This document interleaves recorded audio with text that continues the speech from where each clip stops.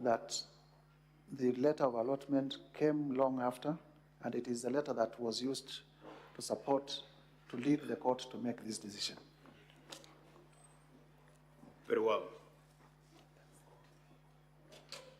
That's all, Mr. Speaker. Thank you so much. I thank you. Counsel for the National Assembly, you may re-examine the witness. But just to remind you, you have 40 minutes to conclude your entire case. Mr. Speaker, we have no questions in re-examination for this witness, so we propose to call our next witness. That is Dr. Andrew Mulo. Very well.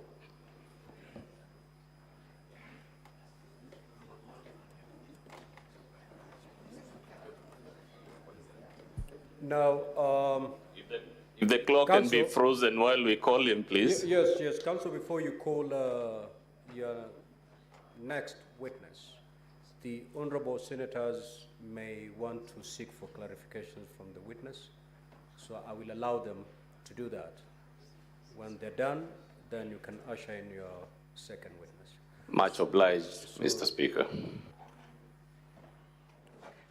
Now, honorable senators, you have 2 minutes to do that, and we are going to do that. I'm going to allocate 20 minutes for that exercise.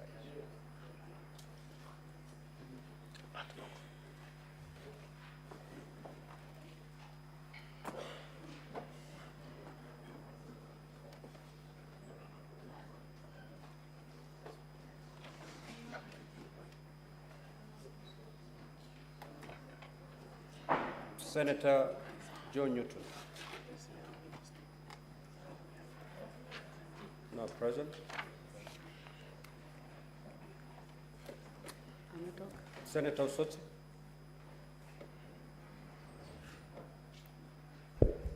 Thank you, Mr. Speaker. Mr. Speaker, I have two clarifications. The first clarification to the counsel for the Deputy President, and is on the matter of the first charge on the issue of shareholding. Can the council, based on Rule 30, of the standing orders, explain the specific relevance of the Kenya Kwanza Coalition agreement as a piece of evidence? My second question is the Council of National Assembly on the ground number 8, where it is alleged that the Deputy President violated Section 132 of the Penal Code. So maybe we can be told a lot more about whether there was any report made to the relevant authorities as far as this charge is concerned. Senator Newton.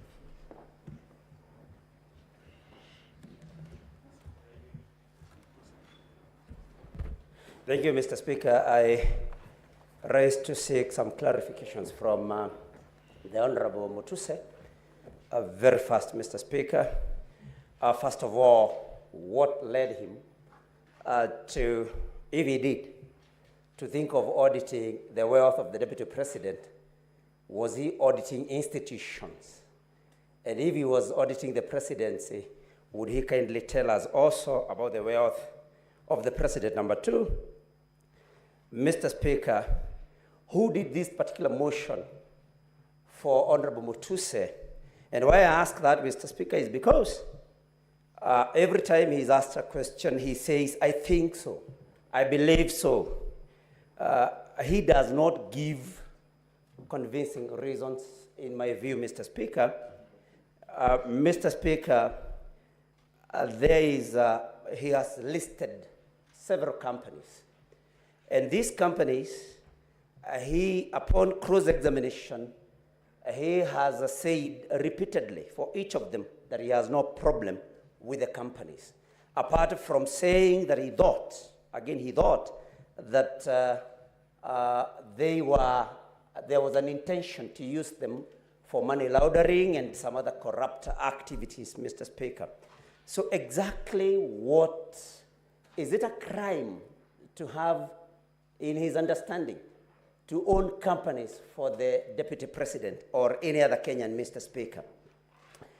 Mr. Speaker, when you look at the affidavit made by one Jomo, Mr. Njomo, about acquisition of Olive Gardens Hotel, with a promise, it is alleged, that the Deputy President would buy the same later. Senator Ojenda. Honorable Senators, condense your thoughts. You only have 2 minutes within which to seek the clarifications. And both thank teams you. kindly note down the questions so that once the senators are done raising, we'll come to you. Thank you, Mr. Speaker. I want to ask the witness, Mutuse, you have been taken to great lengths on the ownership or the shareholding of the 22 companies that you have associated the Deputy President with. I want you to just clarify why you included the 22 companies in your impeachment. You set out allegations on several companies. Clarify one, you refer to Olive Gardens Hotel, you refer to the, again, Vipingo Beach Resort in Kilifi County. You set out the CR12 of both. Now I want you to just tell us or clarify the significance of the inclusion of these two companies. Just clarify that. On the ownership of Queensgate Serviced Apartments, you also seem to raise a number of issues. I want you to also clarify the ownership of Queensgate Serviced Apartments and why you attribute the questions. You asked several questions by counsel on Queensgate. I want you to make a clarification. But let's go to the other question, Mr. Mutuse. In charge number 1, you have referred to the obligation. Senator Mungatana. Asante Bwana Spika. Mimi nilikuwa nataka kumuuliza Mheshimiwa Mutuse, mbunge wa Kibwezi Mashariki, atufafanulie wakati ambapo Mheshimiwa Makamu wa Rais alipokuwa anazunguka na kusema anapigania haki za Mrima, yeye kama mbunge wa Kibwezi Mashariki na kama mbunge wa kutoka sehemu ya jimbo gatuzi la Makueni, je, alijisikia ama alijihisi kwamba anabaguliwa ama anawekwa kando katika nchi hii ya Kenya? Tueleze vizuri, tuelewe. Asante, fafanua. Senator Enokumbo.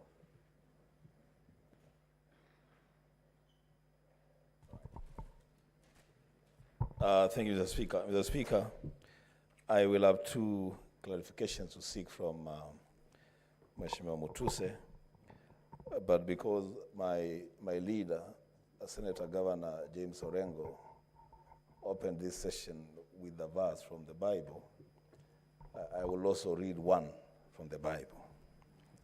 The book of Exodus, chapter 23, verse 1. You shall not spread a false report. You shall not join hands with a wicked man to be a malicious witness. That is the Bible. The Mutuse, I want to know from Mr. Mutuse, 1,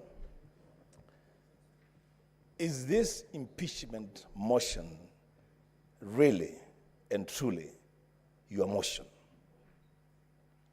I ask that question, Mr. Speaker, because on all accounts, the witness is unable to prove anything. Is this your motion, or were you called to just sign a motion, then to come and defend it here? Secondly, in the oath of office for the Deputy President, it is required of him to diligently serve the people of the Republic of Kenya in the office of the Deputy President of the Republic of Kenya. The people that reside in the Mount Kenya region are Kenyans. What is so wrong with a Deputy President, a state officer, in defending people from a region in this country and then coming to defend other people in Nairobi and other people in other regions? What is so wrong? What is impeachable about that defense? I thank the Speaker. Senator Veronica.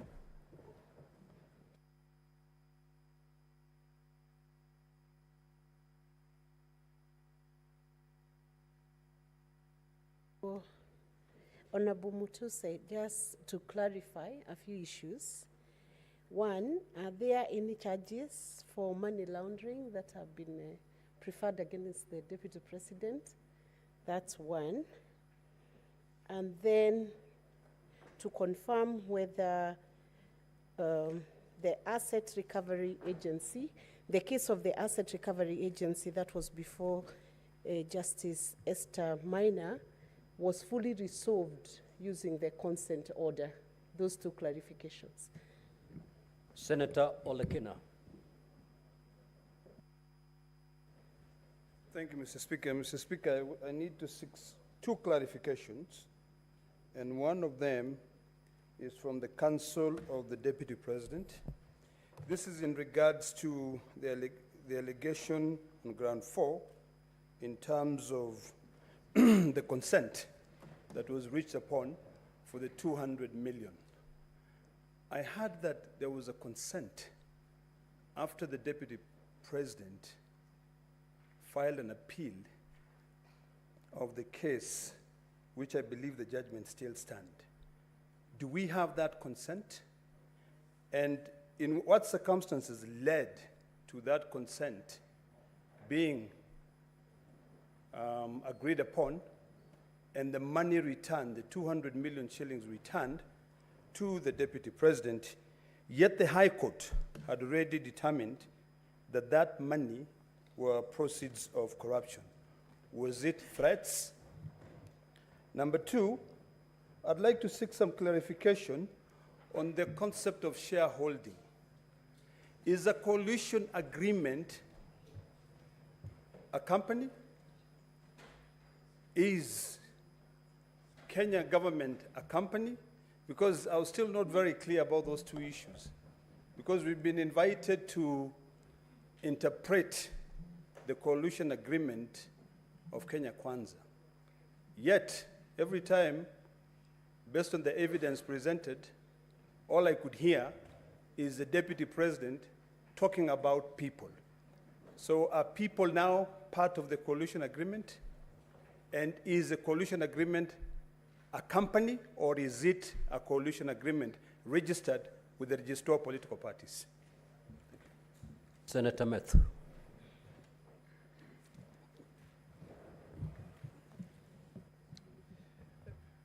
Thank you very much, Honorable Speaker. I also want to get to understand from a clarification from Honorable Mutuse on the assertion that you made on ground number,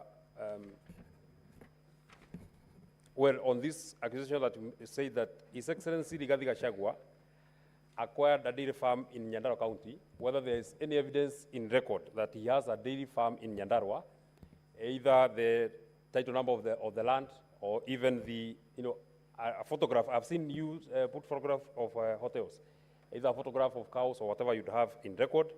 Number two, I would also want to know from the Honorable Mwengi Mutuse, on this matter that you say the people of Kenya feel that they have been left out, whether there is any evidence in record of people who have complained to the National Cohesion and Integration Commission, complaining against the conduct of the Deputy President in as far as the issues that you've raised.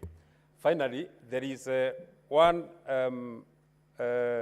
property of the estate of Dirito Gachagua that is referred to as Kuruitu, and I think you have adduced the list of the directors. in your submissions, you said that the only one person who is an executor and is a beneficiary would be Deputy President Rigathi Gachagua. In that will, did you see that part of the people who are beneficiaries are the executors?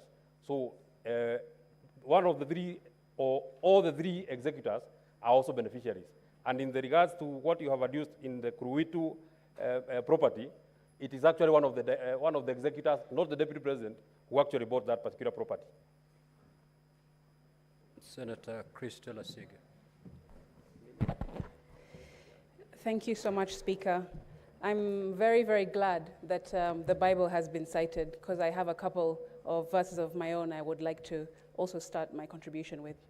I take it to Proverbs 17, which I just read yesterday, in fact, Speaker, which say in 14 and 15. 14 says, starting a quarrel is like breaching a dam, so drop the matter before a dispute breaks out. 15, acquitting the guilty and condemning the innocent, the Lord detests them both. And I'd like to maybe insert, instead of the Lord, I would like to insert the Senate, detests them both, and we have a very upward hill task. My question goes to the witness. In his motion, he has used the Oxford Advanced Dictionary to define gross misconduct. I was just curious to find out why the Oxford Dictionary and not maybe a relevant Kenyan law that defines, if he has one, or perhaps Black's Law Dictionary, which I know all legal counsels also rely upon. Thank you. Senator Gataya, more fire.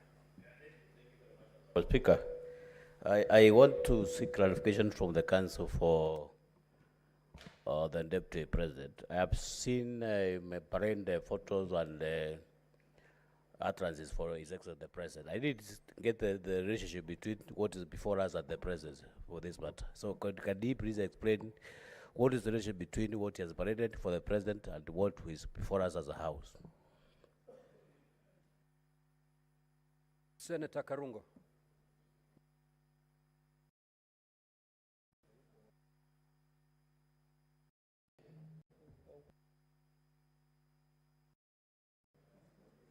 Thank you very much, Mr. Speaker. My questions directed to Mheshimiwa Mutuse. Welcome to the Senate, the upper house. And my question is, you said the Deputy President is tribal because he spoke Kikuyu in Nairobi. Are you aware of Article 7 of the Constitution that says the state should promote local languages? Are you also aware of Article 27 that says no one should be discriminated on the language they speak? Are you also aware of Article 44 of the Constitution that says that every person has the right to use the language of their choice? But again, would you make the same complaint if we spoke in sign language? The next question is, the Deputy President has been talking about shares in government, serikali, which we have been shown that the shareholding and the shares were signed by the government officials who are in government. He never talked about the nation, which is Taifa, shareholding of the country. So I would want you to tell me whether you know the difference between the two. And lastly, you have given us a lot of documents, even bank statements, and even payment vouchers. I know you as Honorable Member of Parliament, not necessarily a government agency. How did you access these documents? Yet you know the Supreme Court of Kenya has indicated it is wrong to steal evidence or to unlawfully obtain evidence. We would want you to give us that indication. And also, you said the Deputy President was in a company of senators in Nairobi County. I was actually one of them. Kindly refer to Article 96 of the Constitution. Senator Moses Kajwang. Mr. Speaker, my clarification is on paragraph 47 on the charge sheet. The National Assembly alleges that the Deputy President has several proxy companies, and one of them is AgroBrick Investment Limited. In paragraph 48, the National Assembly alleges that Bhavika Nathalal Hirani is a proxy of His Excellency Rigathi Gachagua. Could the National Assembly provide some evidence, because ground 7 is framed as serious reasons to believe that the Deputy President has committed a crime? Could there be some evidence to convince the House that there could be reasons to believe so? Finally, on paragraph 74, the National Assembly alleges that the Deputy President has openly sabotaged the state's efforts in agriculture. Mr. Speaker, I'm a member of the Agriculture Committee, and I would be interested to get the evidence that there's been connivance, there's been cartelism, and there's been an association between the Deputy President with the cartels that have frustrated the development of the tea sector. Because the tea sector goes beyond the mountain, it goes all the way to Kisii and areas that neighbor Homa Bay County. And finally, which is this cooperative society whose name has been withheld? Could that information be provided to the Senate? Thank you, Mr. Speaker. Senator Robert.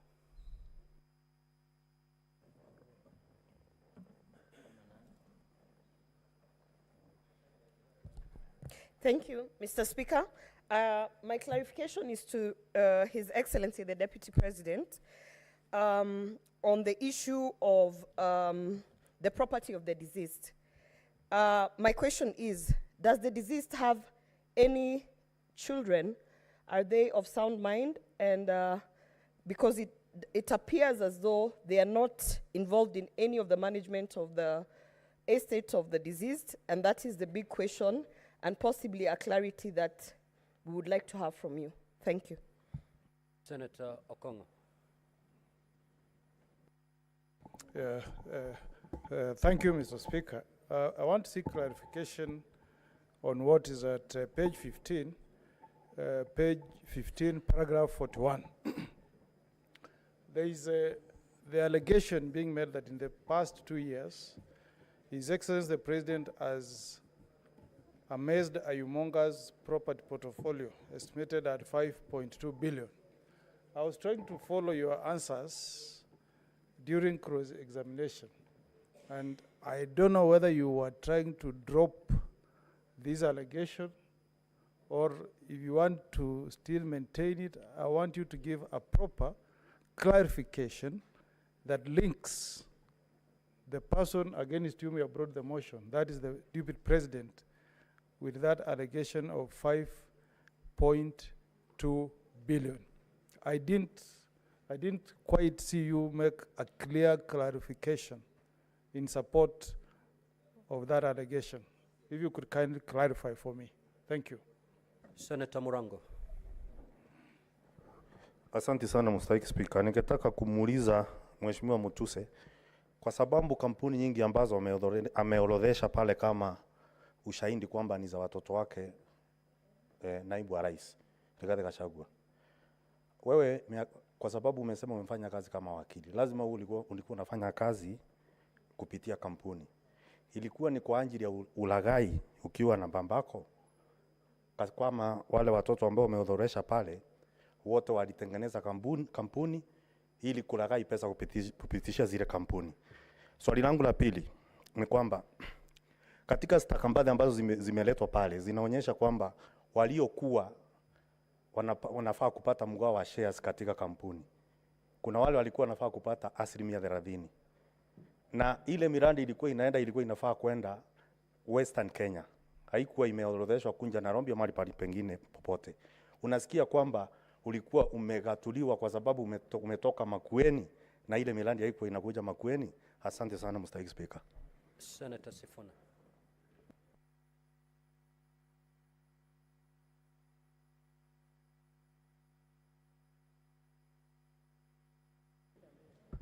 Honorable Speaker, unfortunately, I hear that the Bible verses have been exhausted. But I seek a clarification from my friend, Council Macharia, who has helped me to understand complex legal issues before. Council, because you have presented a coalition agreement to explain this issue of shareholding, where does that coalition agreement leave members of political parties that are not signatories to the Kenya Kwanza agreements? That is the first question I would want clarification to. Number two, what would be the place of a coalition agreement that is manifestly unconstitutional or illegal? And the page that you referred us to includes securing positions that are supposed to be competitively filled. For instance, the position of permanent secretaries. Is it your position that, in fact, these advertisements that we see in the newspapers are just a charade to cover up things that have already been concluded in coalition agreements such as the Kenya Kwanza agreement that you have exhibited here? Thank you, Honorable Speaker. Senator Mundegi. Asante, Bwana Spika. Swali langu ni kwa Mheshimiwa Mutuse. Wakati Deputy President kunasemekana aliongea umbaya wa Jaji Maina, ndio tuweze kuangalia kuna njia yoyote, kwa sababu kila mtu ako na uhuru ya kwenda kotini ama kuita wazee ama kutumana. Kuna kitu Jaji Maina alifanya ndio tuweze kuelewa juu ya vile Deputy President aliongea umbaya wa jaji wa huyu jaji. Asante Bwana Speaker. Senator for Kilifi.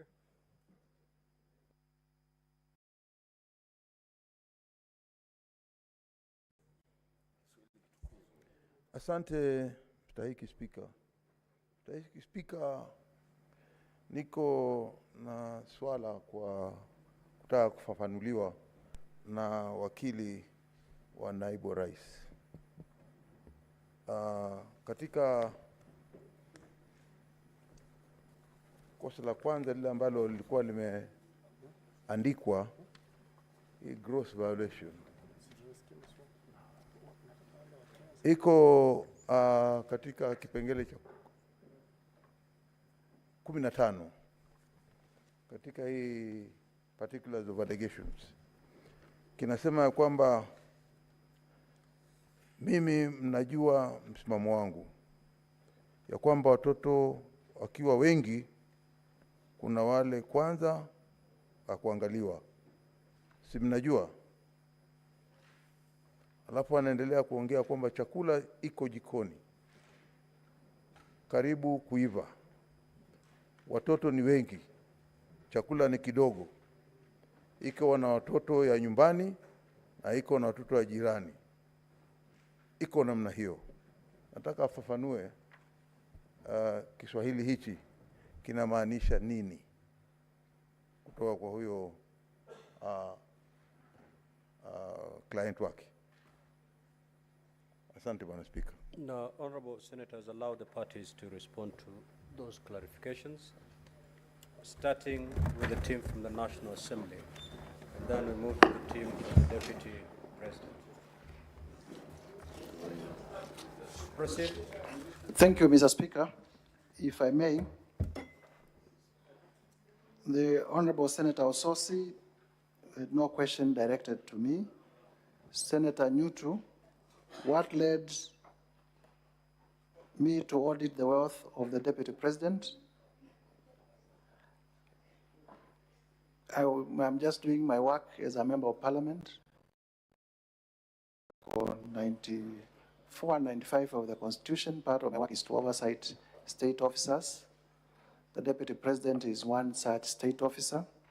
I set myself to draft and present an impeachment motion, and I needed to support that impeachment motion with information. Nothing else. Why didn't I also audit the President? I was not intending to bring an impeachment motion against the President. If in future another member wants to bring an impeachment motion against the President, I believe they will be at liberty to also do their work in the manner they deem. Who did this particular motion? Yours truly speaking before you, Mwangi Mutuse, the Member of Parliament for Gachagua'S West, did the particular motion. You have listed several companies. Yes, indeed, we have listed several companies. And just to clarify, there are those companies that I was led by advocates for His Excellency Rigathi Gachagua, and I said we have no problem with them. But also, there are companies that we have issues with, and we have stated the companies that we have issues with. And you would know, because you have handled impeachment motions in the past, that just because we do not have an issue with one particular company does not mean that those that have been proved also fall with it. But also importantly, why we listed these companies is also to demonstrate character. Character in the sense that if you have one company that is a construction company, then why do you have 3 others that are dormant? Why don't you use just that one that is a construction company to do your construction work? So it was also to demonstrate a web, an intricate web of activity to hide and conceal. And that's why we listed those companies. The affidavit of Jomo, it did not complete because it was time barred, so I do not know what to respond because he just began mentioning about the affidavit of Jomo. Senator Professor Ojiambo, Senator for Kisumu, shareholding of the 22 companies. Yes, we have appended the CR12s for the 22 companies to show that His Excellency the Deputy President has been owning what we are calling special purpose vehicles in the name of companies, either by himself or by his children or other proxies, as part of a character of a web, which is also consistent with the Esther Minor decision, and you can see those companies listed in the Esther Minor decision that are not consistent with the normal way of doing business. Because in the normal way of doing business, you would imagine if, for example, Safaricom, that is a telecommunication company, also under it had another 20 other telecommunication companies. For what purpose?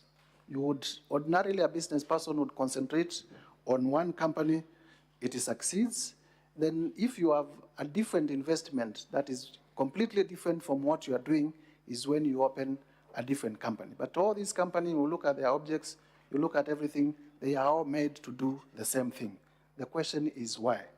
And remember, the offense here is reasons to believe that the Deputy President has committed crimes.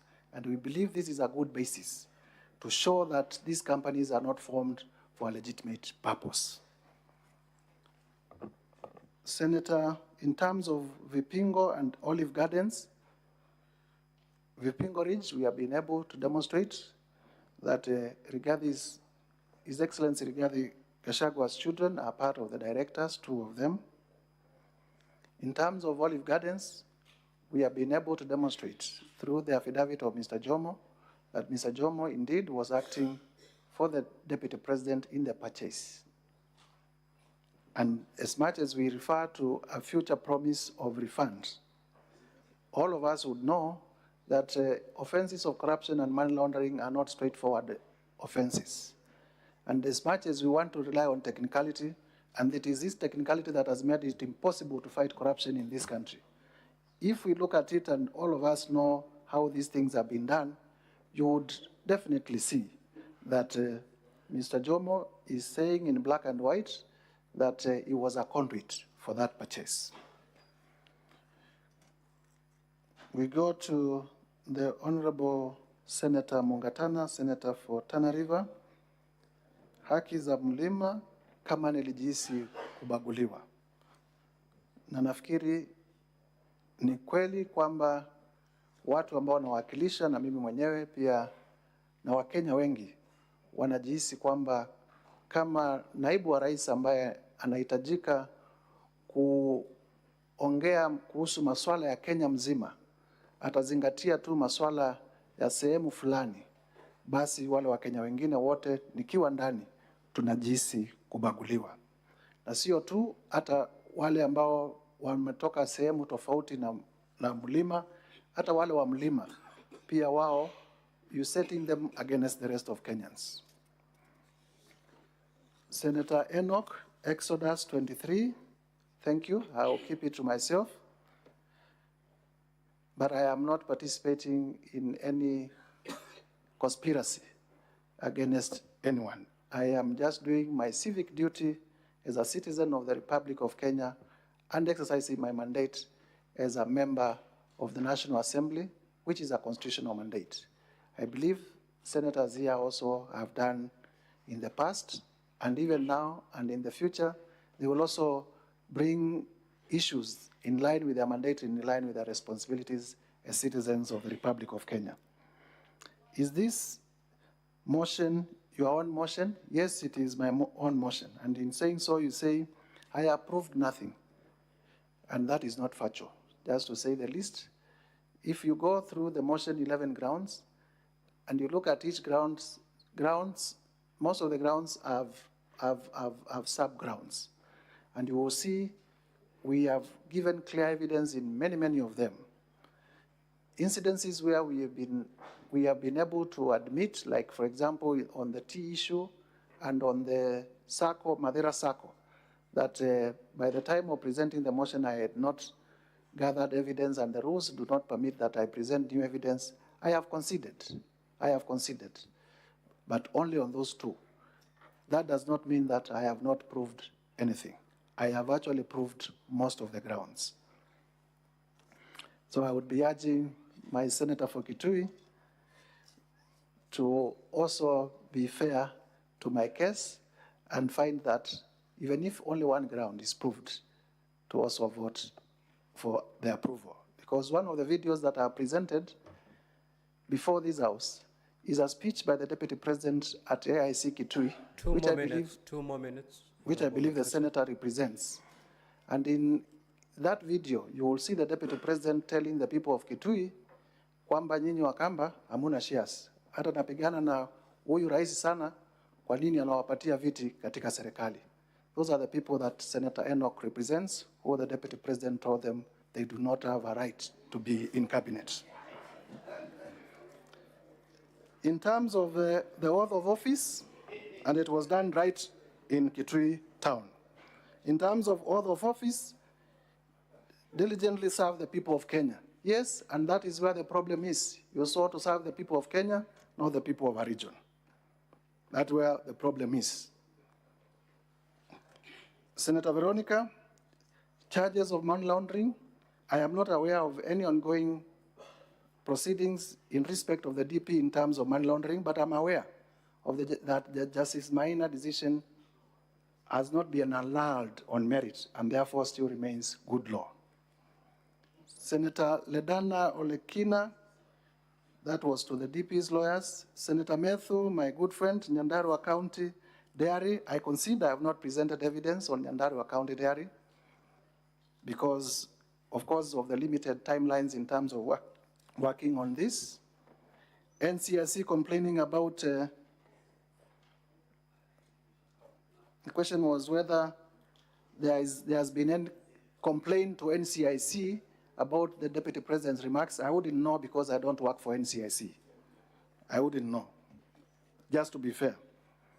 Kuruwitu and CR12, Kuruwitu was bought at 250 million, money that has not been disclosed, is source.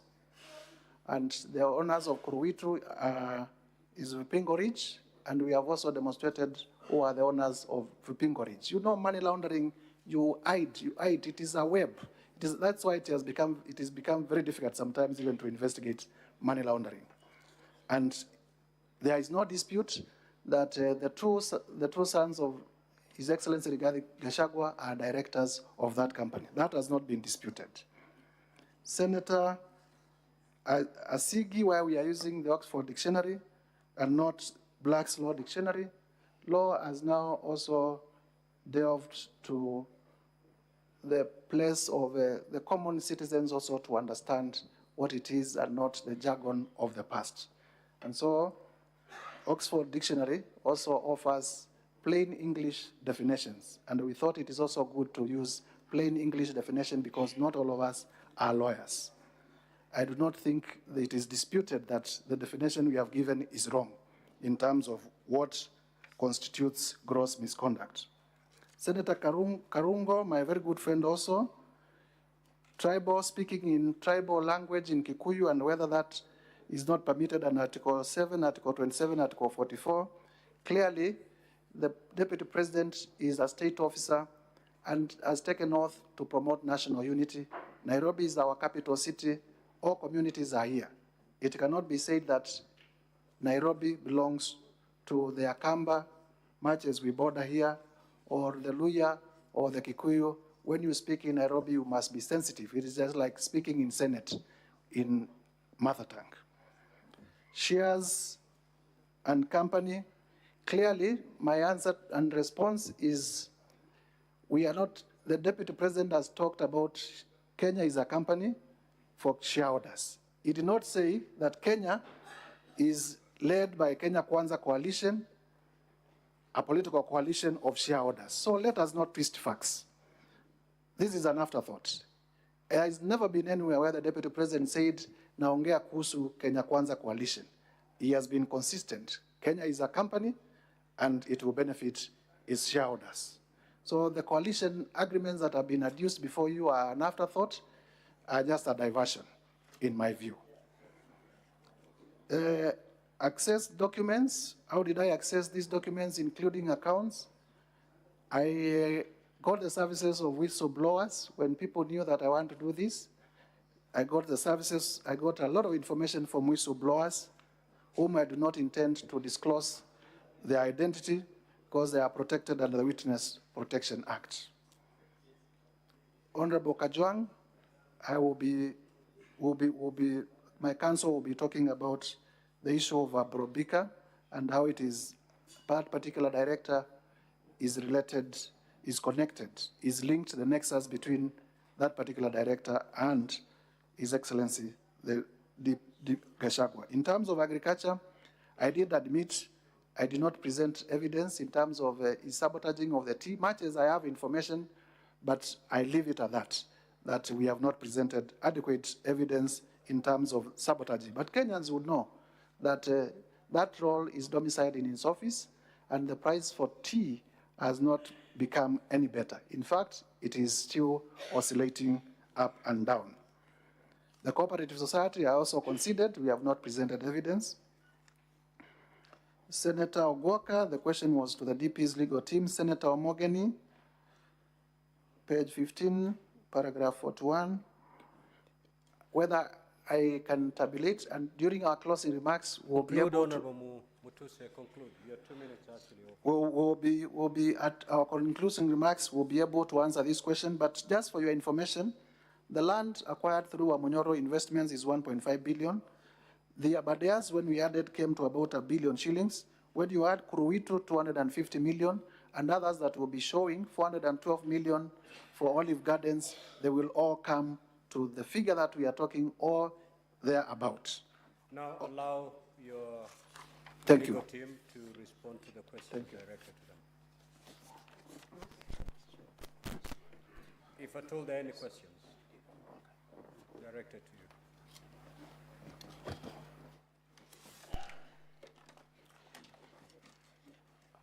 Mr. Speaker, I believe the question was about whether there has been a complaint with regard to Ground 8, any report to the relevant authorities. I believe there was a related question on whether the DP has been subjected to any prosecution for money laundering or related offenses.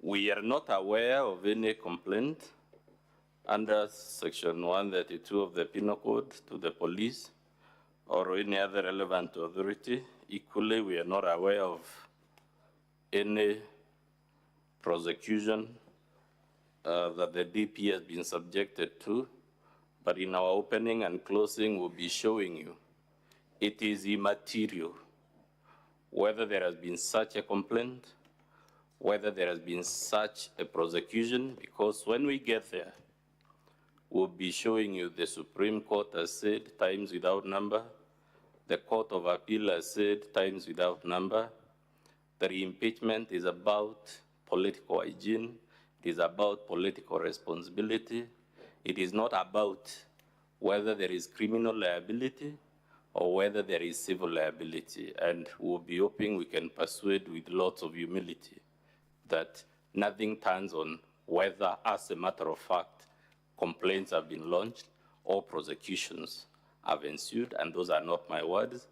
They are the words of our Supreme Court, as I said, not once or twice, but several times. Thank you. The legal team of the Deputy President. Thank you very much, Mr. Speaker. I will speak to the questions on the shareholder question. Honorable members, please permit me to answer this in omnibus, but I'll attempt to do my level best on this. The first question was, why is the President relevant in these proceedings as regards shareholders? He's relevant in two capacities, three actually.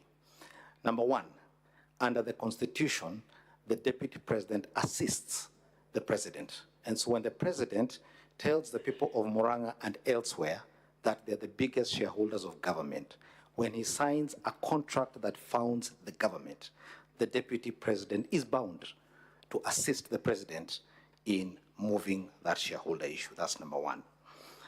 Number two, the Article 73, Subarticle 2, Subarticle C, Roman numeral 1, talks about honesty being a foundation principle for leadership. It is well known, I think I can say it here, my client, the Deputy President, is known as the truthful man. It is pursuant to this that he is truthful. Number three, a contract and covenants in a contract must be performed if indeed any government, any contractor worthy of their name, worthy of their signature is to be believed in the future. The President, the party leaders all signed these contracts with the intention that they should be complied with. You will note that in the sections we read out for you here today, the Deputy President is insisting that the promises made to the people of Western Kenya should be complied with to the letter. The promises made to the people of Coast in an agreement should be complied with to the letter. Equally, all other regions that had agreements signed or promises made in these coalition agreements ought to have those promises implemented. That is the basis upon which he says it is important that we keep our words. Fourthly, the coalition agreements were in fact executed.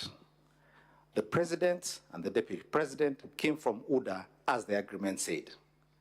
The Speaker of the National Assembly came from Ford Kenya as promised in the agreement.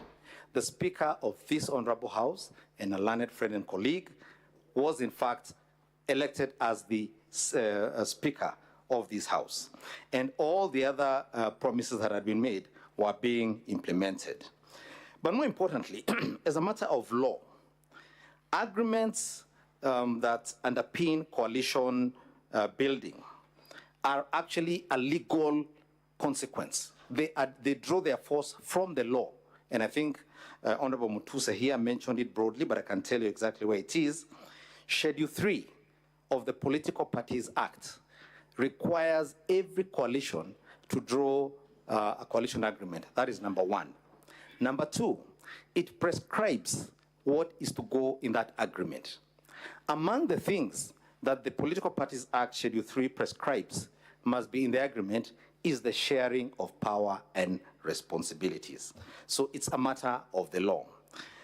And if, when the honorable members here retire, you will find that Article 108 of the Constitution delineates power in both the National Assembly and in the Senate on the basis of coalition agreements and who has the majority, who is the largest shareholder, if you will, in each of those two houses. Fourthly, or fifthly, I think it is now, I think we've said this before, the Deputy President had no power to appoint or implement any of those things. All he could do was speak to the agreements that had been signed by the party leaders. And that's all he was doing. He was expressing what was in the agreements and saying we ought to keep our word, we ought to do what we promised in these documents which we filed at the Registrar of Political Parties. Sixthly, in the statements that were read to you in the videos, there are two things to note. Number one, the Deputy President is talking about government. He's very clear. He doesn't say the nation. He doesn't say the national cake. He doesn't say resources. He says, just to read for you one example, at page 6 of 85, a government is like a company, government. He's not talking about resources, he's talking about government, and that's all it was. It is important for members to remember, to recall, that these provisions of the law I am sharing with you here followed the famous, or should I say infamous, NAC MOU, which became very litigious. I had the privilege of participating in that case. The famous NAC MOU was set aside because it had no anchoring in law. That was corrected, and that is what these agreements are about. Seventhly, and I think I'll combine this with, although I'll come back to that later, but the Deputy President, in the videos, when you listen to them correctly, says the President needs to work with people who believe in his policy, who believe in his manifesto, who will implement what he had in mind when he campaigned on a specific platform. That's all he's saying. And it's very simple. If you don't believe in my policies, if you don't believe in my manifesto, how are you going to be the one I appoint to implement that? It wasn't about tribes. It was about manifesto, it was about policy, it was about specific issues set out in agreements. Now, political rhetoric might use certain words. Politicians use all manner of words. The party I represented in the last election was called Mganga many times in the campaign trail. But we know he's not a Mganga, you know? So, but it's political talk. Number 8, these agreements were not limited to Kenya Kwanza, as I say, because they're part of the law. The government that preceded Kenya Kwanza, Jubilee, had similar agreements deposited with the Registrar of Political Parties. Azimio la Umoja, One Kenya, had a similar agreement. It's only that they never got to power, but they had a similar agreement. And the reason for this is that even internationally, these agreements are known as power-sharing agreements. There's no magic to it. That's what elections are about the division of power. That's what it is about.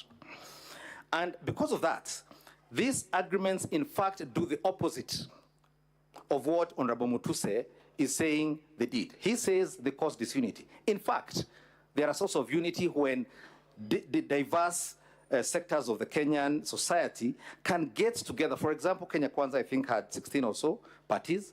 Azimio had 25. The different characteristics of Kenyan society are captured in all those parties. That's what coalition building is all about. And it not only works at national level, even at the devolved level, we have what are called negotiated democracy agreements, like these ones, which take into account clans and that sort of thing. Now, my learned friend, my good and learned friend, Mr. Sifuna, asked a question about what happens to the others who are not mentioned in these agreements. We have a practical example. Members of his party, ODM, are now in government. The party, the contracts left room for accommodation. My good friend,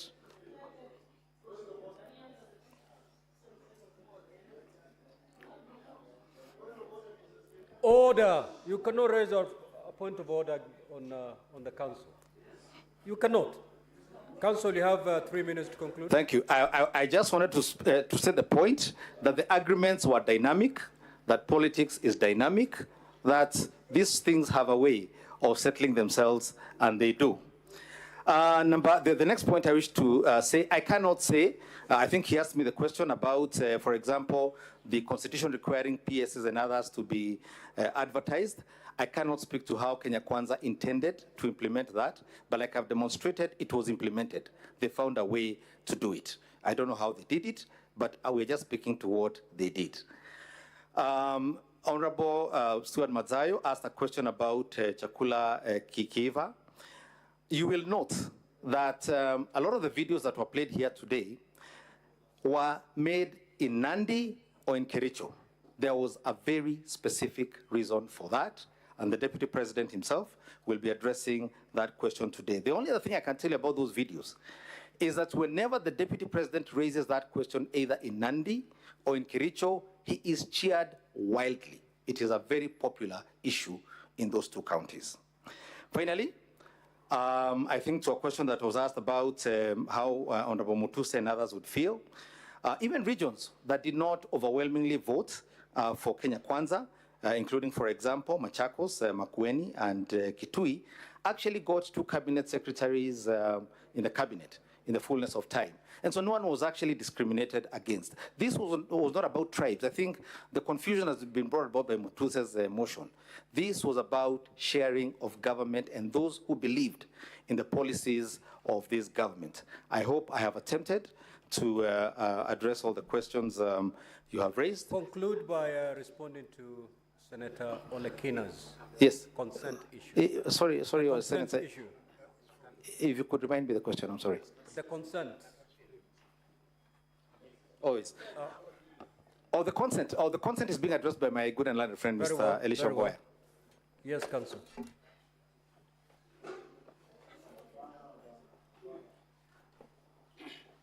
Thank you, Mr. Speaker, and thank you, distinguished senators. The distinguished senator for Narok County has asked succinct questions. Number one, if you look at the petition claimed 2 things. That number one, the Deputy Chief Justice has no respect for the judiciary, which is why he made the allegations that he made against Justice Esther Maina. And number 2, that the Deputy President, my apologies, lied when he said he was going to file a complaint before the JSC. So you respond to the motion as presented. Now, to respond to that, there was no necessity to file this consent because the consent does not address itself to the claim by the DP that is going to file a complaint against the judge. What then happened, distinguished senator, is that the witness came here and then began taking this court through the judgment of Maina. Now it's altering the claim as presented in the motion, which is why we had now to take him through the issue of the consent. Now that addresses, and so we have not presented the consent before this Senate because the motion as framed did not require the consent to respond to it. But having said that, my learned colleague, the mover of the motion, makes a false statement that a consent does not determine the merits of the matter. In fact, a consent determines the merits of the matter. When you enter a consent and say that the judgment that was rendered by the trial court, you are entering a consent to state a different state of affairs. You are actually vacating that judgment. The trial court had taken the money in question from the DP to the Asset Recovery Agency.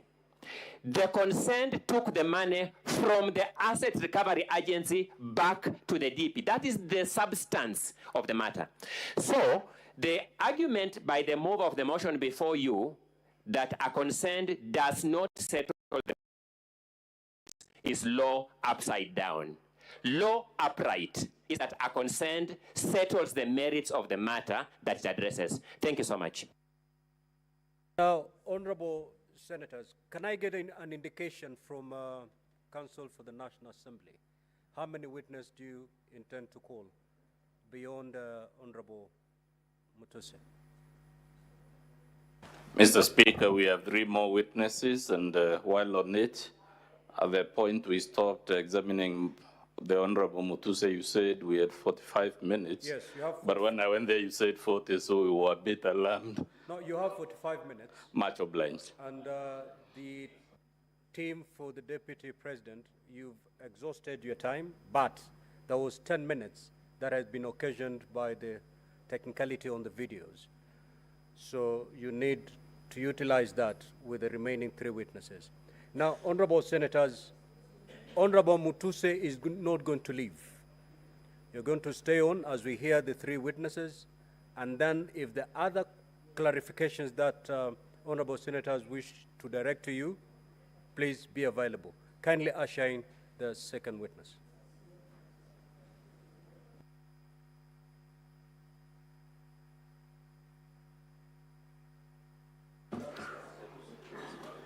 Mheshimiwa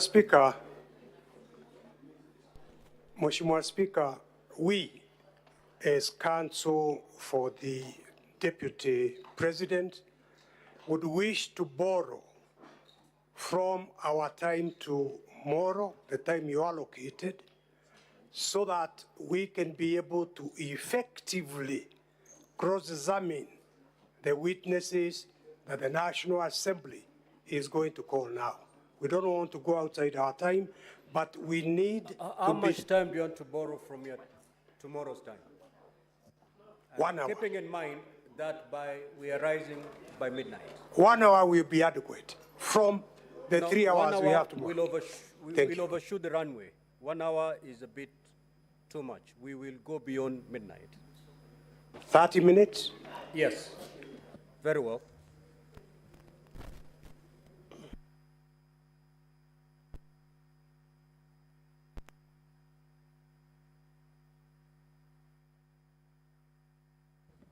Quickly swear in the witness.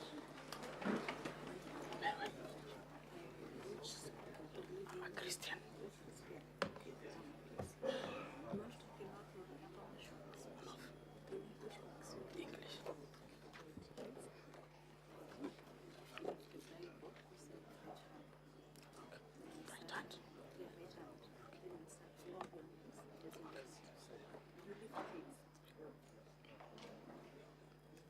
I, Dr. Andrew Mulwa, do solemnly swear that the evidence that I shall give before the Senate in respect of the matters before the Senate shall be the truth, the whole truth, and nothing but the truth, so help me God.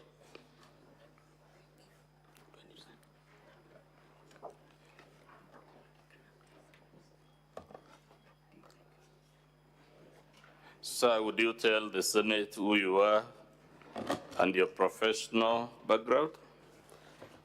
My name is Dr. Andrew Mulwa, a medical doctor by profession, working in the Ministry of Health, and previously working the acting CEO, Kenya Medical Supplies Agency, KEMSA. Please confirm whether you're the one that saw the affidavit on page 67 of volume 1. Yes, I am. In respect of which allegation in the motion did you swear this affidavit? I have sworn affidavit on issues raised on paragraph 45J, 78C, in ground 7 and 11 of the motion for removal of the office by impeachment of His Excellency, the Deputy President, Gachagua'S. Paragraph 78 of the motion, what does it say? 78A, that would be page 37 of 85.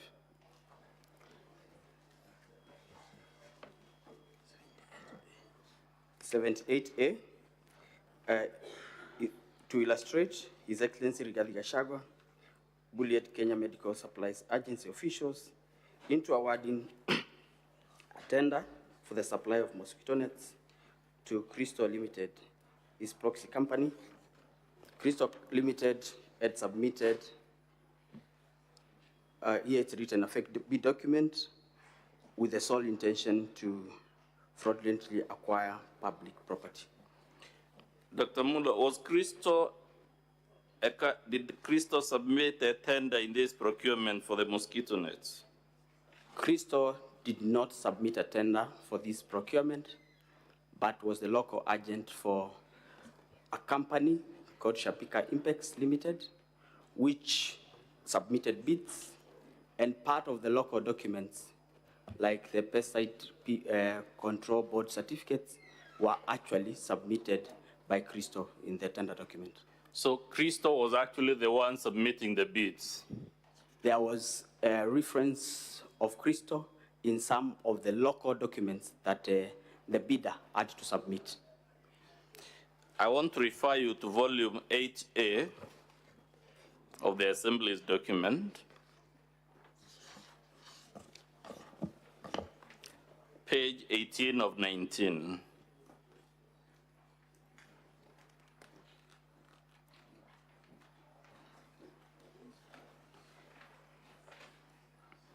Are you there, sir? Yes, I am. What is the title of that letter? It's appointment as local agent for Duranet LLIN in Kenya. This Duranet, is it the mosquito net that was being procured? Or is it a different one? Duranet was a company that initially used to do that which changed to Shobika. And I think in this letter, it is Shobika writing to confirm that they have appointed Christo as their sole local agent in the country. What does it say in the second paragraph? We are pleased to appoint Christo Kenya Limited at State House Avenue, Liason House, 3rd floor, of PO Box given in Nairobi, Kenya, as our exclusive agents in Kenya for promotion, marketing, and sales of Duranet long-lasting insecticide nets manufactured by Shobika Impex. Page 17 of that document, what does the second paragraph say? There was a change of ownership for Duranet LL9. Read it loud. And there's change of ownership for Duranet LLIN, which is alpha cypermethrin 0.55%, WW registration number PCB CR 0189. I'm referring to volume 8A, page 17. What does the second paragraph of that letter say? Can you read it in full? We have taken note of the change in ownership of Duranet LN9 from Clark Mosquito Control of USA to Shobika Impex Private Limited, India, and appointment of new agent, Christo Kenya Limited. The documents we have so far read in volume 8A, sir, do they show a link between Shobika and Christo Limited? Yes. Is Christo Limited, to the best of your knowledge, connected to the Deputy President? From my affidavit, I did not know initially that there was a connection. Yes. But through a phone call from His Excellency the Deputy President and conversations between myself and his son. We'll come to those phone calls and conversations, but for now, I was able to establish that there is a connection. There is a connection. Let's go to page 10 of 19 of volume 8A. Who has authored that letter?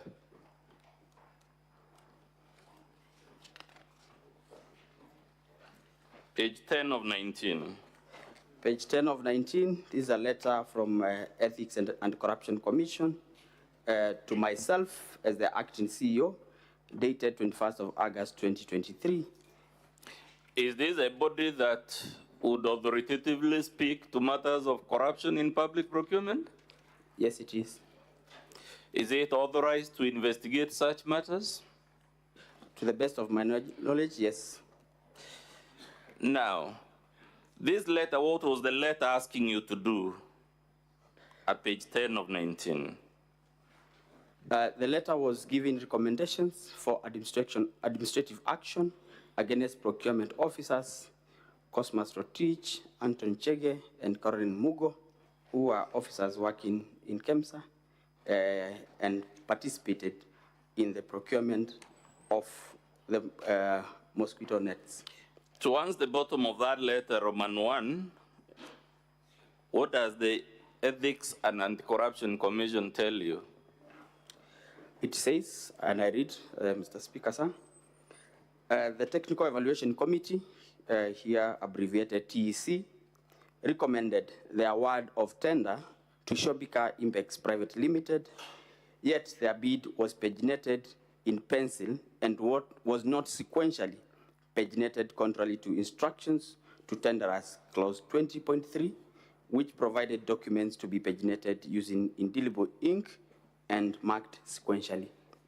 Does that paragraph you just read show there was corruption or wrongdoing of any type in processing this tender? It does, Honorable Speaker. And who was benefiting from this manipulation of the tender? Shobika. Is that the same company that the Deputy President's company, Christo, is the local agent? Yes. Given those series of events, would it be fair for anyone to suggest the Deputy President did not have a hand in the procurement irregularities for this tender? I think I would say Shobika, yes, was irregularly been recommended for award of a tender without meeting the set criteria. Would you say it's just coincidental, sir, that a company connected to the Deputy President was awarded a 3.7 billion tender?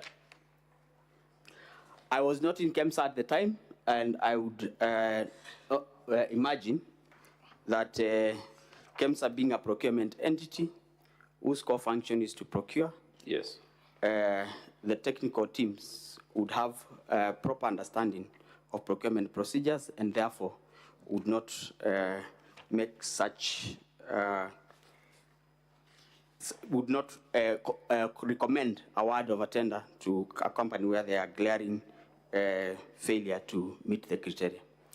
Given the contents of your affidavit and the phone calls will come to from the Deputy President at this sense, would it be fair for anyone to suggest this matter in page 10 was just another coincidence that the company irregularly awarded the tender was one connected to the Deputy President? I don't think it would be. You don't think it would be fair? Don't think it would be a coincidence. It is not a coincidence. In your estimation, say, would a fair-minded person faced with the facts you have so far taken as true think it was a coincidence that a company linked to the Deputy President of the Republic was irregularly awarded a tender for 3.7 billion? The Speaker, Honorable Senators, I think having had the advantage of interacting with the documents that are before us, I think I would say from the record, the bid bond that is being referred here was delivered as a mail and not as part of the tender document. Page 8 of 19 of still volume 8A, towards the bottom, Roman 1 again, does it show yet another irregularity involving this Shobika Impex, the company linked to the Deputy President? Which page, Councillor? That would be page 8 of 19, Roman 1 towards the bottom. Does it disclose another procurement irregularity besides the one we saw on the other page? Here it says, and this is the letter from Ethics and Corruption Commission, that the Director Procurement interacted with the bid security for Shobika Impex Private Limited on the 24th of February 2023, prior to the tender opening date, which was on the 10th of March 2023, contrary to tender instructions for tenderers number 21.3. Please confirm whether the Deputy President in his public address on the 7th confirmed to the Republic that he placed phone calls to you with regard to this tender. Yes, he did, and in my affidavit, I have as well alluded to the same, that he called me to follow up on the release of the bid board. Do the duties of the Deputy President of the Republic extend to placing calls on junior government officers about tenders? To the best of my knowledge, no. But did the Deputy President also admit in that public address that his son equally called you? Yes, he did. Are those the phone calls alluded to in paragraph 4 of your affidavit? Yes.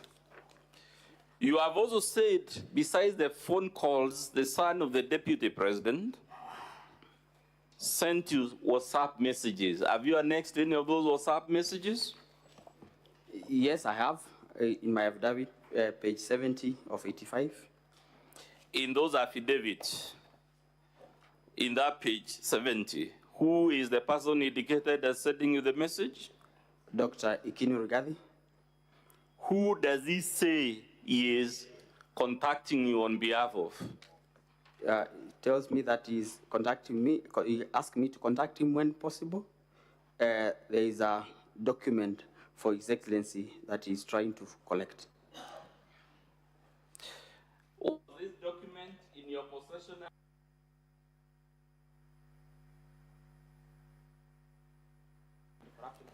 Which was investigating the anomalies of the procurement of the Alliance.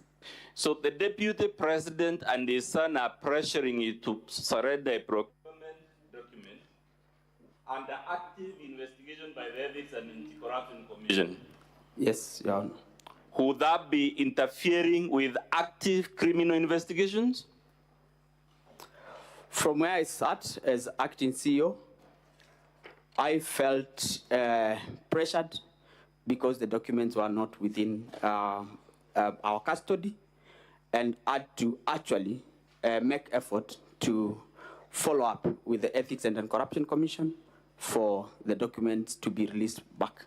Have you placed any evidence before the Senate to confirm these documents the deputy president and his sons who are harassing you to surrender were actually under the custody of the Ethics and Anti-Corruption Commission? Yes, I have submitted my letter to the CEO, Ethics and Corruption Commission, asking for the bid board documents for Shobika. We are at page 73, page 73 of 85. Page 73 of 85. Yes. Can you read the relevant part, which I believe it's 72 of 85, Mr. Speaker, of volume 1, if I'm not mistaken. Yes, 72. Can you read that paragraph? What does it say? This one that I wrote to Ethics and Corruption is actually 73. Okay. 72 I had written to Shobika. Yes. Telling Let's them, begin with 72. What did you tell Shobika? Paragraph 2, we would like to inform you that the subject tender is currently under investigations, and all the documents related to this tender are not under our custody. We have, however, written to the Ethics and the Corruption Commission to release the original bid bond to facilitate your request. They had requested for release of the bid bond. And the one in... Through a letter dated 12 June 2023. And the one in 73, in summary, what were you trying to do? I was requesting the CEO, the Ethics and Corruption Commission, for the bid bond for Shobika Impex Private Limited for the malaria net tender, which I had requested, that I had informed him of the letter that we had received from Shobika, requesting for the bid bond. Sir, given the magnitude of this tender and the national crisis it stoked, would anyone expect the deputy president, when he was harassing you, to know that the matter was under investigation and active investigation for that matter? I want to believe so. Lastly, sir, claims have been made on this floor that the allegations against the deputy president transcend the force to the ridiculous to the embarrassing. This material you have taken is it consistent with the narrative that ground 11 of this motion is false, ridiculous, and embarrassing? Through the Speaker, Honorable Senators, what I've presented before this House is the truth, nothing but the truth, and verifiable by document presented. I want you lastly to read from your paragraph what you told the National Assembly bringing us here, This affidavit is back.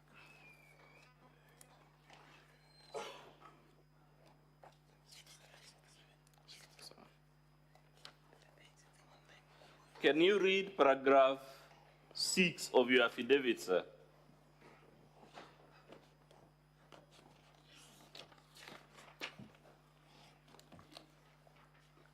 That is page 69 of 85 of volume 1, Mr. Speaker. It says, given the status, power, threat, and influence of the people involved in the interference with the investigations and cover of irregularities surrounding the procurement of treated mosquito nets, I was constrained to surrender the original bid bond to Ogora Wilson Okulo. And in short, I was caught in a tricky situation. Being a junior, there was nothing I could do as a junior government officer against a sitting deputy president for the Republic of Kenya. That's all for purposes of the examination in chief of this witness, Mr. Speaker. Counsel for the deputy president. Your witness. Good evening, Mr. Mulwa. Good evening. My name is Dewan Jiro. I will be asking you several questions in respect to the testimony that you have just delivered. When did you join the KEMSA? I joined KEMSA on the 17th of March 2023. Before that, who was the CEO of the organization? Terry Ramadan. Terry. Were you there as and when the alleged tender processes were taking place? No. Who was in charge of that process as at then? Terry Ramadan. Terry Ramadan. Therefore, the issues that you are testifying before this assembly, are they issues that you saw, perceived, or they are issues that you are told? One, there are issues that Were you told or you saw? It's a simple question. I was not told. Yes. Neither did I see. At what process you are not told and neither you never saw? I was involved. You're involved? In At the time you joined the organization, what stage of the tendering process was it? The tender had just been terminated. There were investigations. The tender had been terminated? Yes. You therefore never participated in that particular process whatsoever, for whatever purpose, yes? I participated in a very big way. All right. Would you then lead this assembly to understanding your participation in that tender? This matter was a matter that, one, what exactly did you do that relates to this tender? I participated in the investigations on this tender. So you participated, excuse me? By PPRA, by the Senate, by the National Assembly. But at the time when the bids were alive, the bidding was alive, you had not joined. I was not in KEMSA. And therefore the issues you're testifying before this assembly are not issues that you witnessed. Not issues that I executed. Thank you. Now, what was the status of the tender at the time you came or you joined? I actually joined KEMSA as a result of this tender. No, I'm not asking why you joined. What was the status? The tender had been terminated. The tender had been terminated. Do you know of any company that is associated with the deputy president that succeeded in this particular tendering process? For purposes of... You know or you do not yes, know? Yes, Shobika had been recommended for award, but since it was cancelled, did not proceed. Was the award granted to Shobika? No. Do you know why the award was not granted? Yes, I know. Yes? Because Global Fund do a pre-award review of every evaluation of Global Fund funded tenders. And after doing a pre-award review, they did not agree with the technical evaluation committee that had evaluated the tender and recommended for cancellation of the tender. Thank you. You've answered. So it's as a result of the review of all the bids that culminated into the cancellation of the tender, correct? Yes. And how many companies had bidded in that particular process? I cannot remember, but maybe 9 or 7, I cannot remember. You cannot remember because you never participated, yes? Yes or no, Mr. Witness? If I get the record, I would remember. And so show him the records. He has it. Show him his affidavit in volume 1. In that volume 1, that is at page, Honorable Senators, the National Assembly volume 1, at page 67 and 68. Did you indicate the companies that participated in that process?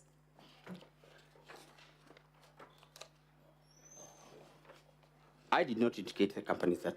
You chose to conveniently refuse to indicate them, correct? Correct or not correct? I don't need an explanation. Not correct. Why didn't you indicate the companies that participated in that particular process? My affidavit... Your affidavit has explained it. My affidavit is premised on... Okay, I know your affidavit. Yes. I have read it several times, but my question is very specific. Why did you leave out the other companies that participated in the process? For purposes of my affidavit, I did not find it necessary to Never thought it necessary. Now, confirm that Shobika company was never ever awarded the tender. The tender was cancelled. Tender was cancelled. Did the Republic of Kenya lose any money as a result of the award not being granted to Shobika? Yes, it did. Did the Deputy President have anything to do with it? Did the Deputy President have anything to do with it? I wouldn't say the Deputy President. I'm asking, you know, we are here because of the Deputy President. Did he have anything to do with it? A company related to I'm asking, did he have anything to do with it? It's a simple question. Yes or no? I already have... Yes, and you'll furnish me with an answer. I've said yes, because the company that is associated with him had been irregularly awarded. Had been irregularly awarded. Do you know that this matter was subject of investigation by Parliament? Yes, I am. Did you participate in that investigation? Yes.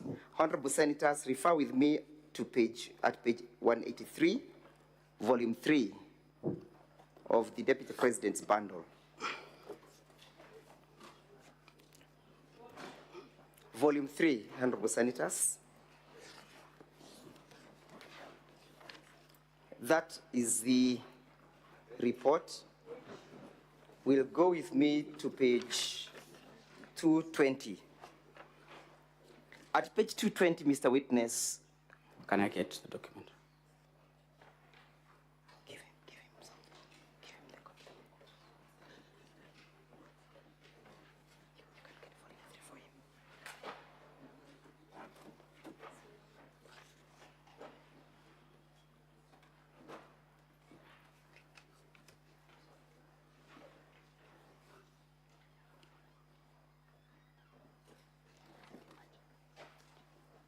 Volume 3.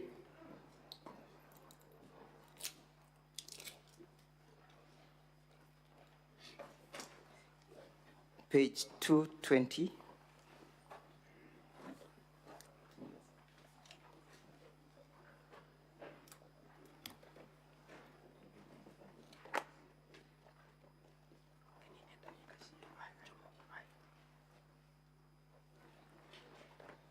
Can you see, confirm that those were the companies that participated in that particular tender, yes?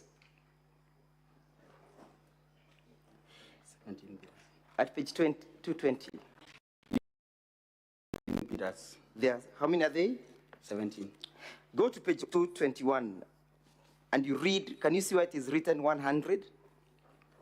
Yes. Can you read out that statement? In its report dated 25th April 2023, Global Fund noted that KEMSA had failed to apply evaluation criteria consistently to all bidders and that none of the bidders met the minimum requirements. None of the bidders met the minimum? Requirements. How many bidders did not meet the minimum requirement? For purposes of this report, what the Global Fund is talking about are the 17. All the 17. Yes. And therefore, Shobika was not an exception, correct?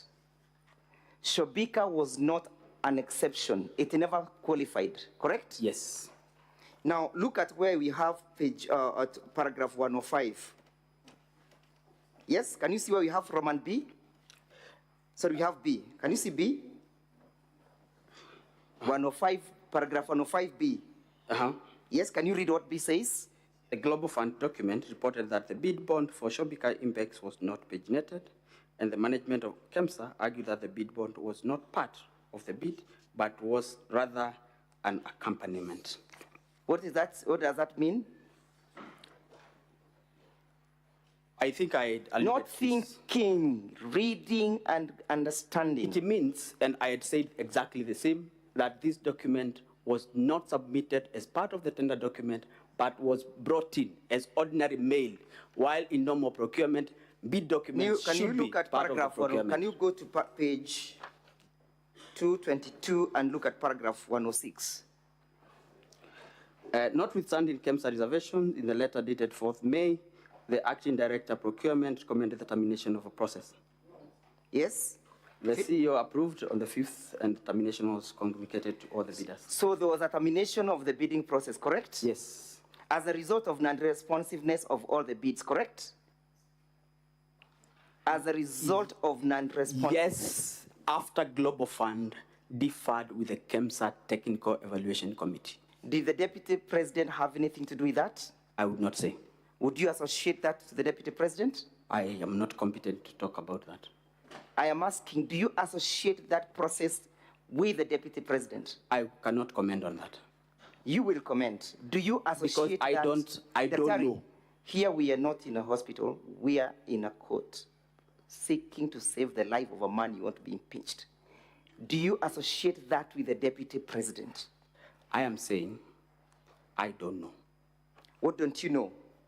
Whether this has everything to do with the Deputy President. Because the bids were terminated by Global Fund as a result of irregular evaluation. Irregular evaluation of how many companies? Of 17. 17 companies. Yes. Thank you. Look at paragraphs 107 at page 22 once, 222 once again. Yes? 107? It says it was further a testimony that the authority had struggled to maintain autonomy owing to undue interference from the Cabinet Secretary for Health. Whose authority, whose testimony is this? I don't know. Read paragraph, go to page 219. Page 219. Can you see where you have C, submissions by Ms. Terry Ramathani? Yes. Therefore, these are statement correct? And I would not say whether they are correct or not. Read, Mr. Witness. They are Terry Ramathani. So we understand who is now speaking at paragraph 17, correct? Yes. Read it then. It was further the testimony that the authority had struggled to maintain autonomy owing to undue interference from the Cabinet Secretary for Health. The authority had failed to maintain autonomy due to the interferences by? Yes, that is Terry's statement. Read it. By the Cabinet Secretary for Health. Have you seen any interference that indicates that the Deputy President of the Republic of Kenya interfered with the process? I have not. From the report? And I cannot own or disown. I'm asking. It's not my statement. Have you seen that statement speaking to the person of the Deputy President? It is not. Thank you. Not mine. And it speaks as to who was interfering with the processes, correct? That's not my statement. Read. But it's not mine. Yeah, I know it's not yours. That's so I cannot own a statement that is not mine. I have not asked you to own it. I've asked you a simple thing, to read the statement as indicated. Who was interfering with the processes and the autonomy of KEMSA? According to that statement. According to the statement, the Cabinet Secretary for Health. What is the name of that Cabinet Secretary? As at then? Not indicated. Let's proceed as I finish up. Let's go to page 226.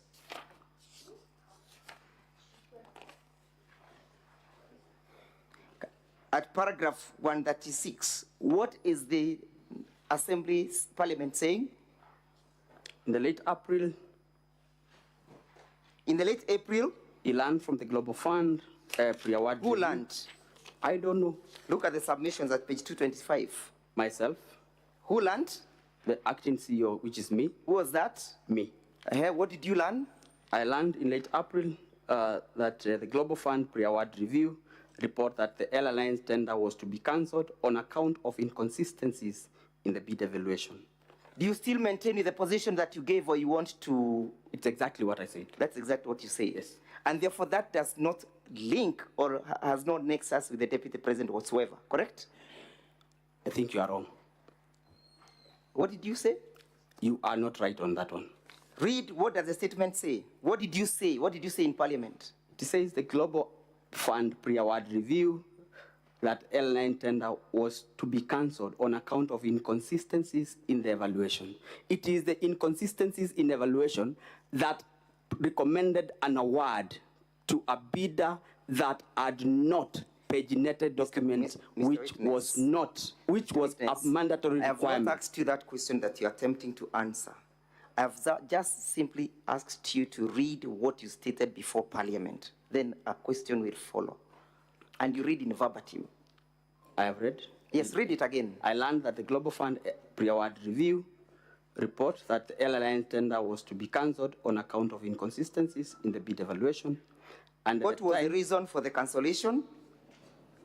Inconsistencies in evaluation. In evaluation? Yes. Who was evaluating that tender? Technical Evaluation Committee. Does the Deputy President sit in that tender committee for evaluation? He doesn't. Was he involved? Okay, let's look at paragraph 38.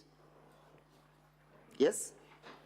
Again, what are you saying at paragraph 138? 138 says, he further maintained that the advisory to the PS, State Department of Public Health and Professional Study, on the alleged inconsistency in the technical specification neither passed through his office or the head of department for the strategic programs, health programs, but was forwarded directly to the PS by one Dr. Omar, the head of malaria program.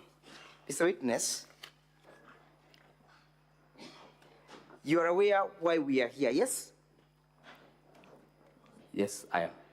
Do you understand the charge in respect to this matter that the Deputy President is facing? I am here to... Do you understand? I understand. You understand that you allege that you are intimidated and bullied by the Deputy President, correct? Yes, I understand. And that is contained in your evidence, correct? Yes. Why were you being bullied, if at all it ever happened? I want to believe. Not to believe. We are not dealing with beliefs here. Okay. We are dealing with the facts. I was bullied to submit bid document for Shobika. When was the tender cancelled? In late April. In late April. As at that time, had you joined KEMSA? I had not. You had not joined. When were you purportedly called by the Deputy President? In August. In August. At that time, was the tender alive or it had been cancelled? Yeah. At that time, was the tender alive or it had been cancelled? What happens upon the cancellation of a tender to bidders who had submitted their documents? Bid books are returned. Bid books are returned. As a routine process. As a routine process.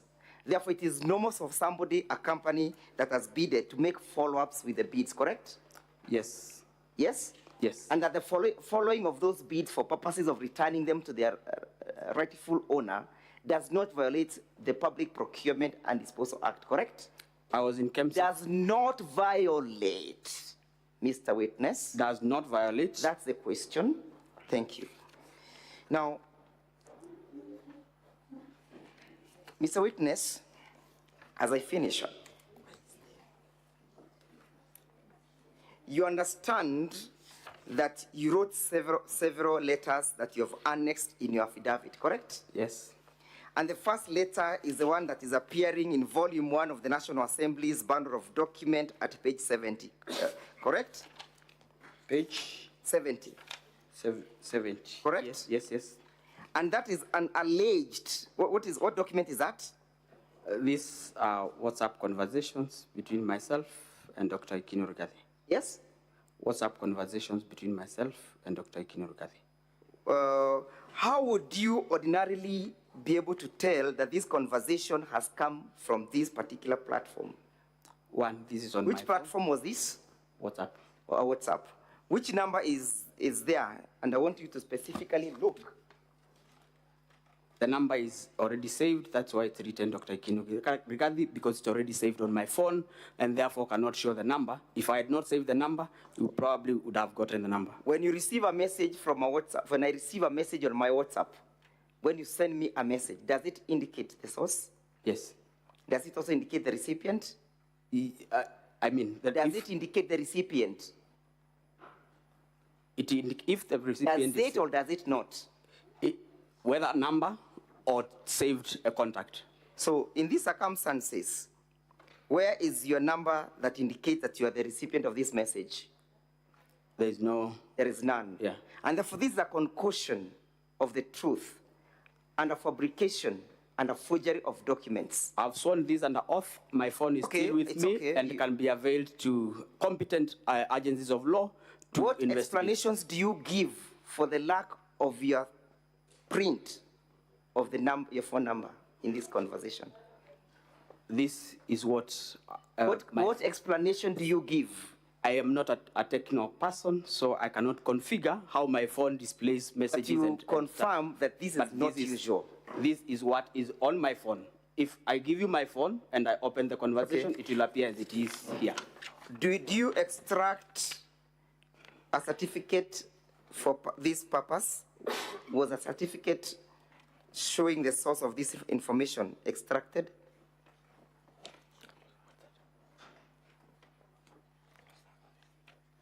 You will need to clarify. I am a doctor, remember. I don't know what a certificate is. When you generate a printout from your phone, your advocate is required to certify that this document has been generated or emanated from a particular gadget. Do you see that certificate incorporated in these proceedings? I said I don't know what that is. There is none. Unless my advocate shows. I therefore put it to you that this never originated from your phone, nor did it originate from my client's son, Dr. Ikino Rigathi. That's a lie. That's not true. So what did you find intimidating in this message? I said, like I said... Would you read out what the message states? This is Dr. Ikino Rigathi here. Kindly contact me when possible. There is a document for His Excellency we are trying to collect. What is Dr. Ikino telling you? There is a document he's trying to collect. How is that intimidating? As an acting CEO... How is that intimidating? How did you get intimidated by that statement? I am the one who received the message, Council. And I am the one who felt intimidated. And I am stating before this Honorable Senate that I felt intimidated. Okay, let's go to the next paragraph, the next page, page 71. What document is that, and what is it dated? This is 12th June, notification for tender for LLINs. Yes. 12th June 2023 to... what does the statement read? What's the content of the letter? Reference is made to the above tender, which we participated in and were unsuccessful. We wish to collect the original tender documents, that bid bond for the same tender. Who is the source of that letter? Shombika. Shombika. Yeah. And what is he saying? He's saying, kindly issue the original bid bond to the bearer of this letter. Was that anything? Is there anything unusual by an unsuccessful bidder seeking to have the refund? Nothing unusual. Okay, let's go to the next page, 72. Again, when is it dated? 30th of June.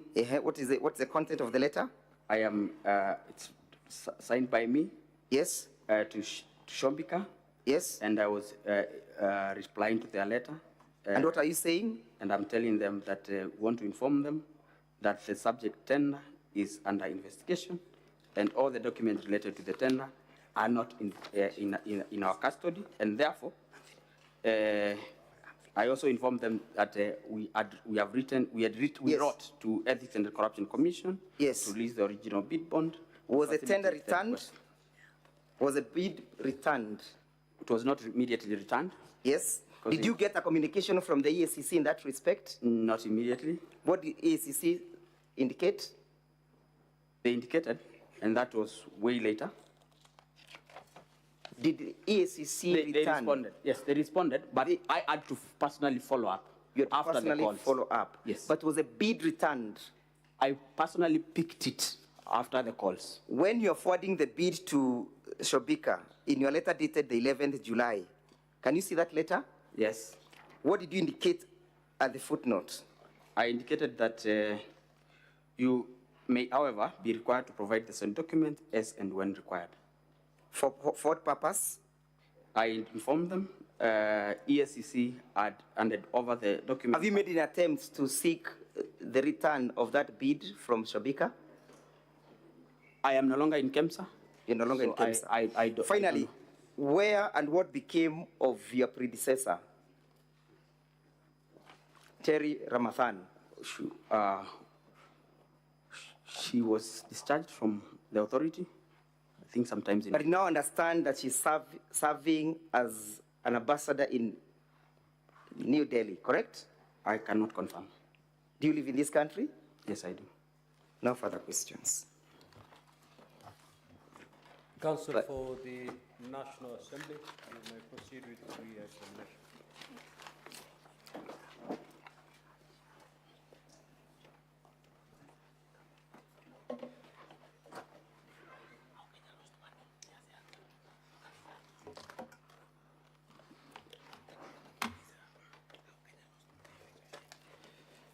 Mr. Mullo, you were referred to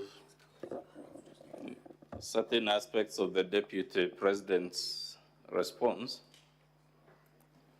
and I want to direct you to Volume 6. I believe Volume 6 of the Assembly's documents, Honorable Speaker,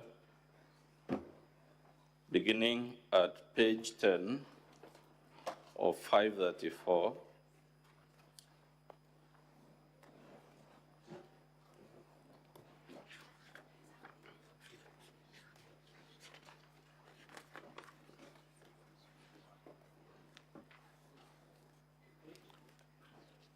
Of 534 to page, I believe it ends at page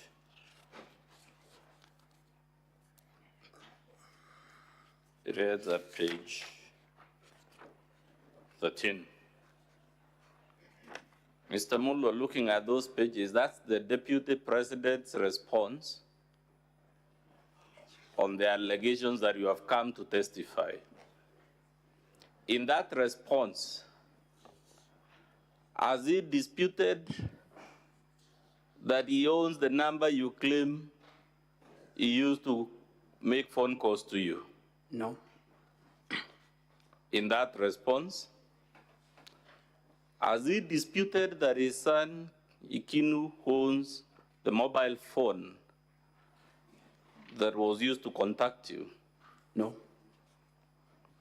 If those two numbers don't belong to him and his son, is that a matter we would have expected him to expressly refute in that response? Yes.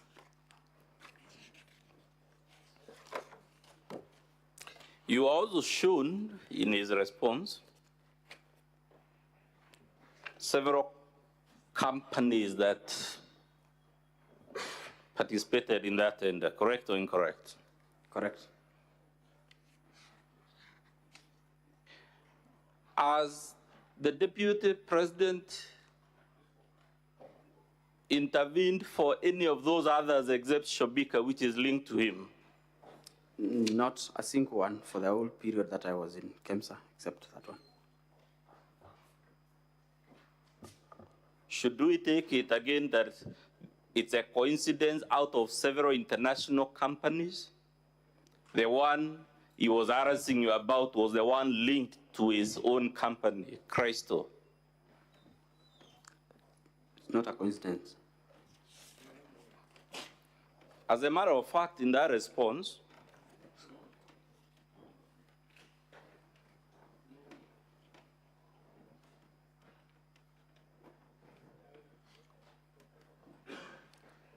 I'm trying to open the clause, Mr. Speaker.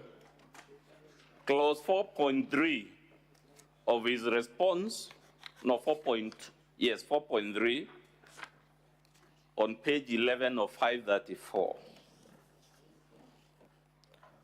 What does the Deputy President say in his response to the charge you have come to testify? I am aware of a foreign company known as Shombika Impex Private Limited, domiciled in India, which appointed Crystal Kenya Limited, where my son is a managing director, as its agent in Kenya in 2014. To date, Crystal Kenya Limited has complied with agency terms between itself and Shombika Impex Limited. And there is annexed RG 18, an appointment agency letter by Shombika Impex Limited. Is that an admission by the Deputy President himself that there is a link between Christo, his company, and Shombika? Yes. You were asked about the confiscation of the billboard by the EACC. You recall those questions? Yes. Was Shombika's the only billboard the EACC was holding? No. Which other billboards was it holding? They were holding all the bid bonds for the 17 companies that had bidded in the tender. So, in his response, as the Deputy President explained why it was necessary, if all the bid bonds are confiscated, for the one for Shombika to be released? Not any that I've seen. Of those 17 companies, which one was recommended for the award of the tender? Shombika Impex. Which one was awarded after the cancellation and the repeat? The tender was cancelled and the procurement was done, was directed Mr. Speaker, sir, we want to object to that line of questioning. That never came in my cross-examination. He's opening new grounds. He has to limit himself to the content of my cross-examination. Objection overruled. Proceed, Counsel for the National Assembly. Mr. Speaker, I even lost my thoughts on during the... You had asked the procurement. The procurement was done by the Global Fund in Geneva. Yes. Through their global system, WAMBO. And the tender was awarded to one of the companies that had bidded, based in Tanzania, I cannot remember the name, and another one from India, I think Yokur or something, through the Global Fund system.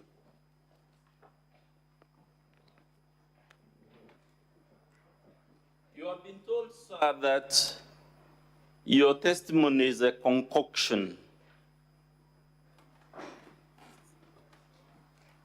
Is your testimony and your affidavit before this Senate a concoction?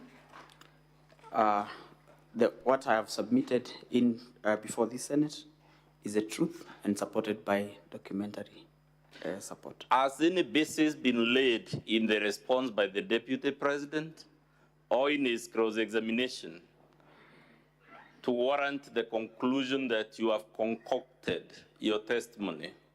Not any that I have. But Dr.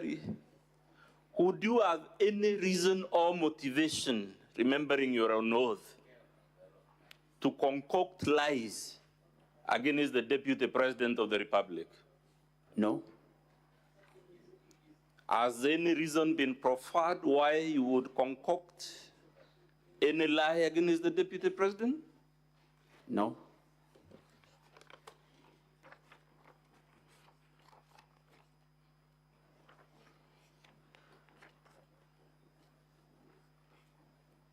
Lastly, sir, has any material been placed on record to show any of the averments in your affidavit is a concoction or inaccurate? No. That's all for purposes of re-exam. My colleague will put just one question, then we'll rest this witness. Mawira will do it now that he's next to me. Mr. Speaker, my name is Boniface Mawira. Doctor, just one question. You asked whether Kenya lost money as a result of that tender cancellation. What is your response? Yes. How did Kenya lose money? KEMSA as a government agency, gets its revenue from fees charged for procurement, warehousing, and distribution of products that they procure on behalf of partners. And for this particular case, KEMSA lost procurement fees, which was coming to about 55 million Kenya shillings. Thank you. That is all for this witness, Mr. Speaker.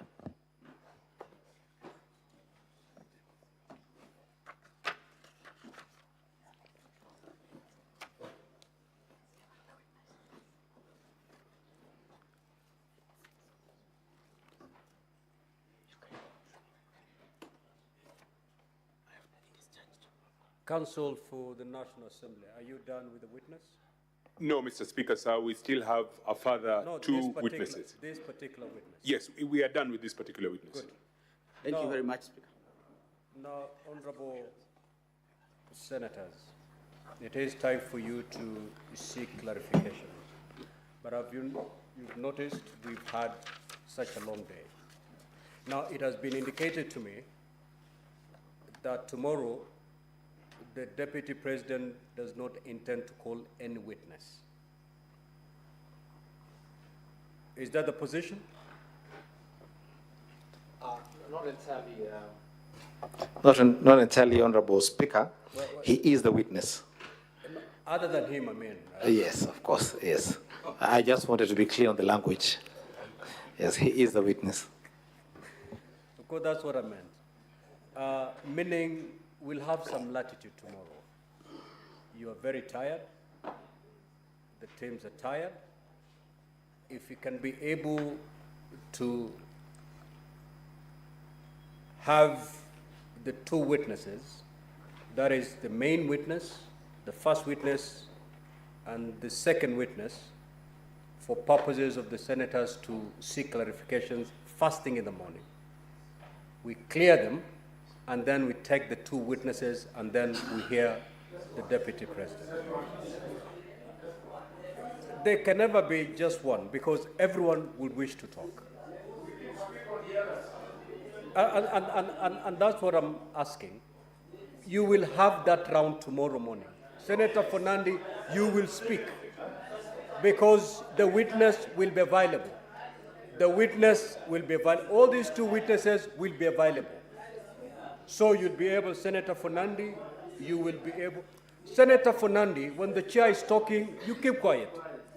You're out of order, Senator Fernandi. And you know exactly what happens when a senator is out of order. Senator Fernandi, Senator Fernandi, when I'm speaking, you keep quiet. I'm cautioning you. And therefore, I direct, as the chair, that tomorrow morning, the honorable senators will have an opportunity to seek clarifications from these two witnesses first, when we resume at 9. Once the honorable senators are done seeking clarification for these two witnesses, then we are going to hear the remaining two witnesses by the National Assembly, and thereafter we'll move to hear the Deputy President. That is the directions.